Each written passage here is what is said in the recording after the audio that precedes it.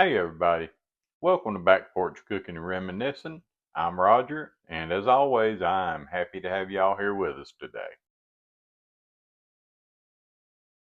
So today we're going to be making a dessert recipe. I guess it came from back when I was a kid and a dessert that my mother used to make. She used to make a chocolate or a vanilla poke cake.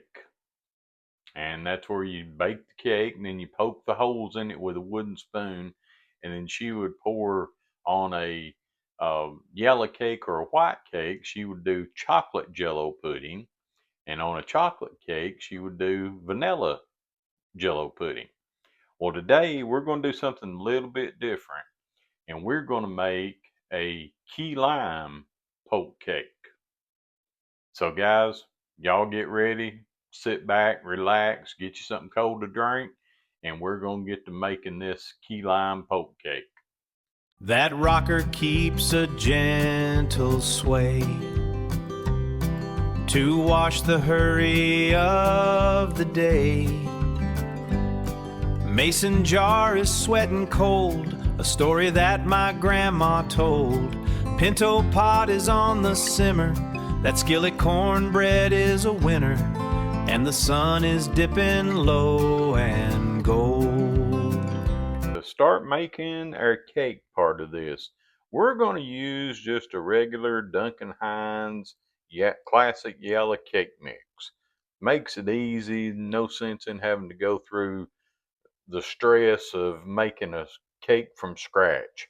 These Duncan Hines mixes, for me, they are great. They taste great and they turn out good every time. So make a cake, just follow the directions on the package. All you got to do. So what we're going to do with this, we're going to add 1 cup of water, and we're going to add a half a cup of vegetable oil, and we're going to add 3 large eggs. And then we're going to just take our mixer and we're going to start mixing it.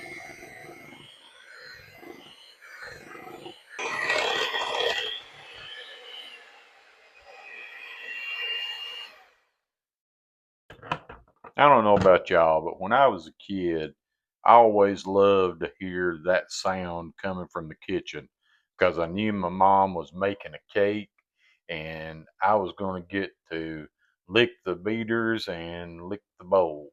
So, again, brings back those memories to me of when mom would make a cake and I got the enjoyment of eating the leftover cake mix. So now we got our cake batter made up. We've got a 9 by 13 baking pan here. We have coated it with some non-stick spray. And now we're just going to pour our cake batter right into that pan.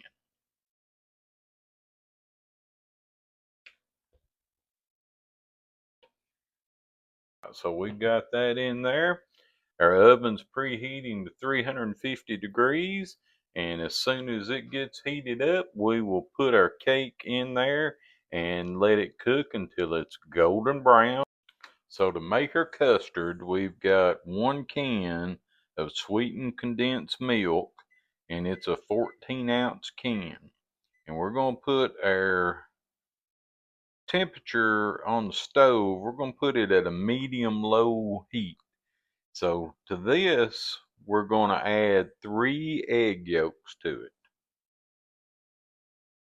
And then we're going to just whisk that together.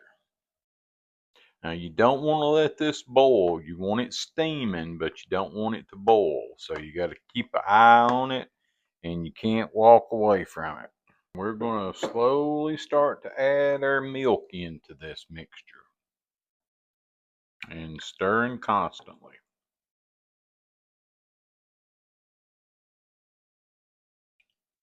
So we got our milk in there and we're going to let that continue to cook until we see it start to steam. And we're going to keep stirring the whole time. And while you're doing this, don't let it come to a boil, because if you let it come to a boil, your eggs are going to cook and you're going to basically have some scrambled eggs. So you got to keep stirring and keep watching for it to start to steam. We're starting to get some steam off of it. We're about ready to pull it from the heat. I've actually already turned the stove off, so just letting it sit here on the little bit of heat that it's got left. But you want to see this kind of thicken up a little bit before you pour your lime juice in.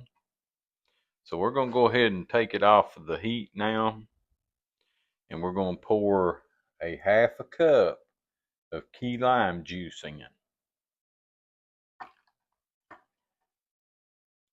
And now on that key lime juice, I'm using a bottled key lime mix because I have a ton of it. And as soon as you pour that in, it's going to start to thicken. So you got to keep on whisking. I'm going to pull it over here off to the side. And then we're going to pour it over our cake. Just whisk it good and get it good and smooth before you put it on your cake. Your arm will be tired by the time you get this done. I'm going to just set that over here, and we're going to get our cake over. I think we may have missed me pouring the custard over top of the cake, but basically you just want to pour all around until you get everything covered. If you see any little holes developing where it's going down in the cake, just go ahead and pour some more over top of that. So we've got our cake is completely covered in our key lime pie custard, and so everything's looking good. So now that we've got our cake covered, we're going to let it set for about 20 minutes out on the counter, let it cool down, and then we'll put it in the refrigerator. So I've got us a little history on a poke cake and where it came from. It says, while soaking cakes in syrup is a technique that has been around for generations, the poke cake as we know it is a true piece of 1970s kitchen ingenuity. In 1976, the folks at Jell-O were looking for a way to get people buying more gelatin. They realized that if you poked holes in a simple box cake and poured the liquid through it, you could turn an everyday sponge into something much more moist, colorful, and most importantly, fancy enough to show off at a church potluck. It was a stroke of marketing genius. They called it More Smiles for time-strapped families, and it worked like a charm. By 1981, they took it a step further with their Stripe It Rich campaign, encouraging folks to swap out the gelatin for instant pudding. That shift gave us the creamy custard-filled style that we're making today. Except we're not using box mix, we made ours homemade. It's the ultimate example of mid-century resourcefulness, taking the convenience of a box mix and with just a wooden spoon and a little imagination, turning it into a decadent, restaurant-style dessert right in your own kitchen. Little history on the poke cake, and find out that Jell-O pudding and Jell-O gelatin is the reason that we have it. So our cake set for 20 minutes, and I took it and put it in the refrigerator. All right, so here's the deal on putting it in the refrigerator. You want to leave it in the refrigerator for 3 to 4 hours before you cut it. Now, if you want it to be just perfect, let it stay in the refrigerator overnight. But if you can't wait, I understand. I'm not sure yet if I'm going to wait overnight or if I'm going to give it 3 or 4 hours, but I'll let you know as soon as we get it ready and we're ready to cut a slice. So we left the key lime poke cake in the refrigerator overnight, and so now I've got it out, got a piece cut. I sprinkled it with a little bit of powdered sugar just to make it pretty, and but my powdered sugar I think is about evaporated into the custard. So, but we're ready to give it a taste and see how it is. So it looks like our custard has melted into our cake, which is what we wanted it to do. And we've got a good coating on top. So I'm ready to taste this and just see if it's any good. Here we go.